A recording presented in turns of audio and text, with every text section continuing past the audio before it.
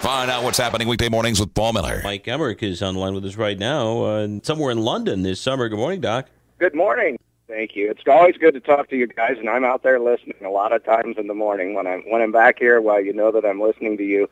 I like listening to you guys, and if you wind up getting Zach Parise in Detroit, you will have not replaced Nick Lidstrom in terms of citizenship, but it'll be close. You'll like this guy a lot because he was a lot like what made people love Nick. He's a good person, down-to-earth guy, and he just wants to play hard and win. City Manager of Port Huron is with us right now, Bruce Brown. Mr. Brown, good morning. Mr. Paul, good morning to you, sir. Happy summer. What a nice day. We've talked a lot in the last 6 months or so about all the restaurants downtown that are doing great business on the weekends. You go Friday, Saturday night, you see people lined up outside waiting for a table. Well, I think that's one of the motivations for what we're talking about.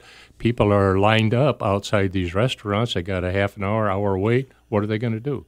So there's a great opportunity for some retail and some interesting retail. There's a lot of very interesting things that are looking at downtown Port Huron. I've heard of a couple more restaurants that are just fantastic that would be a wonderful addition to the group that we've got right now.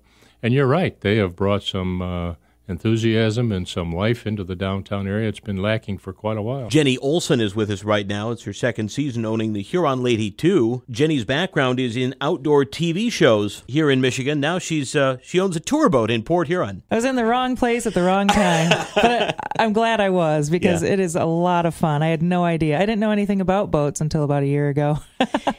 But I didn't know much about Port Huron either, and it is a cool place, and it's a cool town. I'm glad to be back again this summer for the boating season, and now I have a lot of friends, a lot of familiar faces in town, so it's fun. All right, 1380 Radio, WPHM. Here we are in Mackinac Island with the first boat to cross the finish line on Sunday afternoon. WindQuest, Doug DeVos, the skipper. Congratulations! Thank you very much. Appreciate it. Well, tell us about the ride up here. Great ride. One of the nicest rides we've ever had. Good breeze along the way. Usually find a spot where you'll be calm for a while.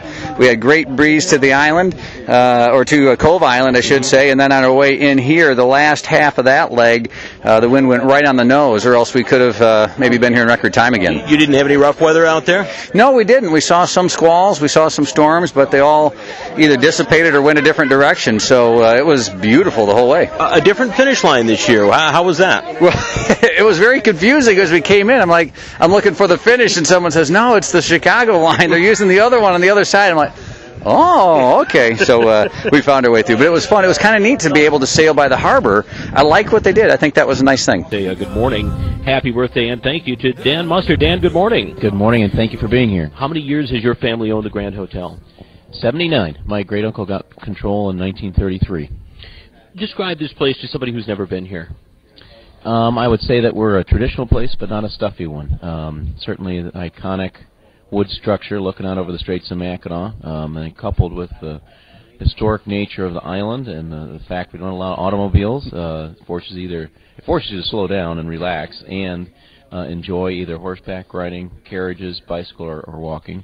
There's no other place in the world quite like this, is there? I don't think so. And the fact that we shut our doors every year and then freshen the place up for the next season, I think, makes us that much more unique. Well, and that's one of the things that I wanted to ask you, and we'll talk about your birthday party this past weekend, 125 years at the Grand Hotel, but I want to know a little bit about what happens here in the off-season.